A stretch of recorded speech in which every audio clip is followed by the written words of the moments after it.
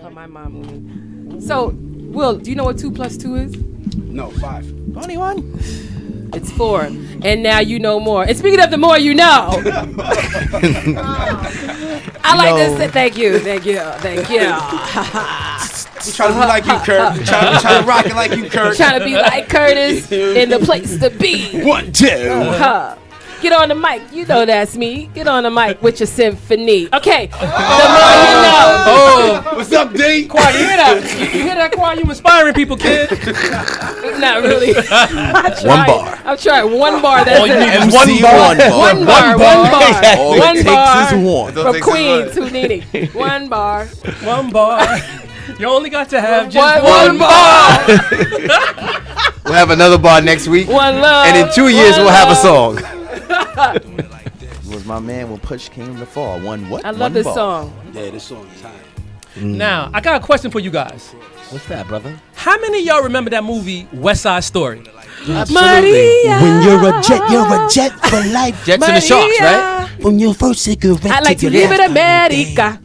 That was Okay, a great That was Me the in best America. movie ever. If you Yeah, have that not was. seen that movie, That was watch hot. it again. That movie is dope. I've seen it It like was. these 4 I times. love the places I in need to San watch it. Juan. I know the what boat you places can get on. on. When here's something crazy, That was Tony, a cool musical, man. the male star of the show was supposed to be Elvis Presley. He really wanted that part, but the Colonel wouldn't let him have the part because he knew that would break him out from under his grasp. But he really wanted to go to that next level. Yo, Elvis Imagine probably if would have been Elvis- good. Oh, my God. Oh, wait. I'm not really an Elvis fan, but if Me Elvis neither. would have been Tony, that would have been it. Maria. Oh, my I gosh. just met a girl named Honestly, bro, Maria. I'm glad Elvis wasn't in it. No, you kidding me? He'd been shaking That- the leg. And that scene when they do the dance, Oh, he'd have killed oh, it. he would have killed that scene. Yeah. When you're a jet, You're a jet. you're never disconnected. You're never alone. You're always perfected. Big shot to Bob Fosse. Oh my I like God, that was the best. That was. Mo- D I'm Nasty telling you. Green like, ever. huh? What? Somewhere Yana's like, I I've gotta heard. watch I it. gotta watch it. Please, Jonna, check that out. Check that West out. Side So, Highway? I'm gonna say something, and I'm gonna see what you guys automatically say. Puerto Rico. Puerto Rico.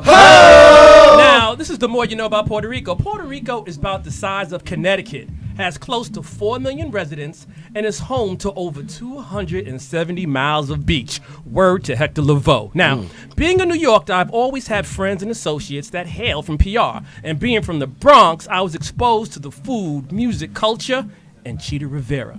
However, it wasn't until the recent hurricane hit with the punch of Felix Trinidad, Miguel Cotto, and Hector Macho Man Camacho that destroyed a lot of the island that I noticed the other tragedies that have beset the Port of Riches. On this segment of The More You Know, I will share some of the alarming things that I have discovered. It's not all sweet on the island where the pina colada was invented. For one, Puerto Ricans are not to blame for Donald Trump. Why? Because even though they have fought and died for this country, they cannot vote for a U.S. president or a Congress member. Their say in legislation is the size of the coqui frog. The island of Rita Moreno, Ricky Martin, and Jose Feliciano have no say. That's why the Jones Act impacts them so negatively. The Jones Act states that Puerto Ricans must use the merchant marine for all oceanic transportation of goods bought by PR. The Jones Act has been strangling Puerto Rico's economy since the end of World War I. Worried about German U-boats lurking off the coast of Puerto Rico, the U.S. put a series of laws into place that would eventually forbid ships from delivering goods to the island. So, they say the use of the merchant marine was what they had to do. The merchant marine is one of the most expensive marines in the world. Some predict that if they were not forced to use them, imported product prices would drop by 40%. Some say the economy of Puerto Rico is rigged. Why? 90 cents of each dollar that a Puerto Rican spent went to the U.S. Puerto Ricans pay roughly $5.95 billion in annual excess profits to U.S. corporations. And it's not just the economy. Let's talk about the health arena. Check out these morbid experiments performed on the population. In 1955, Dr. Gregory Goodwin Pincus started experimentation on Puerto Rican women with the development of the pill, birth control pills to be exact. The experiments began in Rio Piedras, around where Daddy Yankee was born, but quickly moved to the poor and working class sectors of the island. They were not told that the experimental bill could have negative effects and some women died. There was no investigations on their deaths, and no one ever went to prison for it. But please believe someone got rich. Another doctor named Cornelius Rhodes became infamous for performing experiments where he deliberately infected with impunity Puerto Rican citizens with cancer cells. Under the administration of Bill Clinton, the U.S. Department of Energy disclosed that human radiation experiments have been conducted on prisoners in Puerto Rico from 1950 to 1970.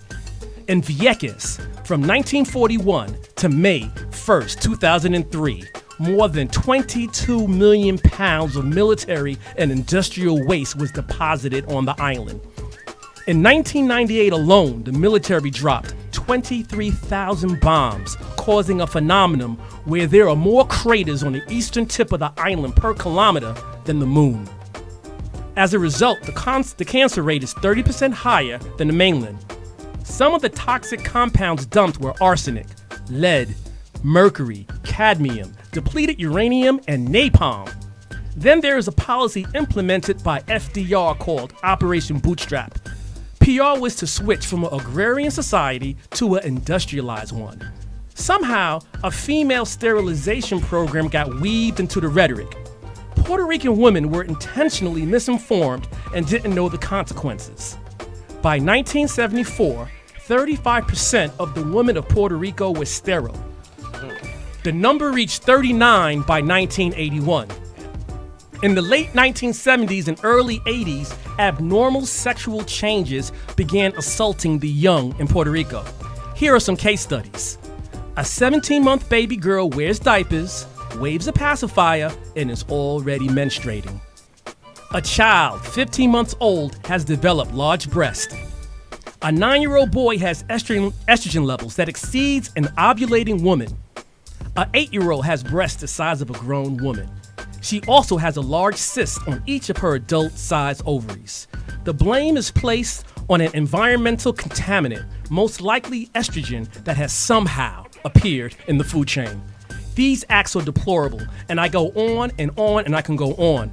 And this was just after a few days of research. I say all this to say, I highly urge, recommend, plead, and pray that the government someday soon do right by this island.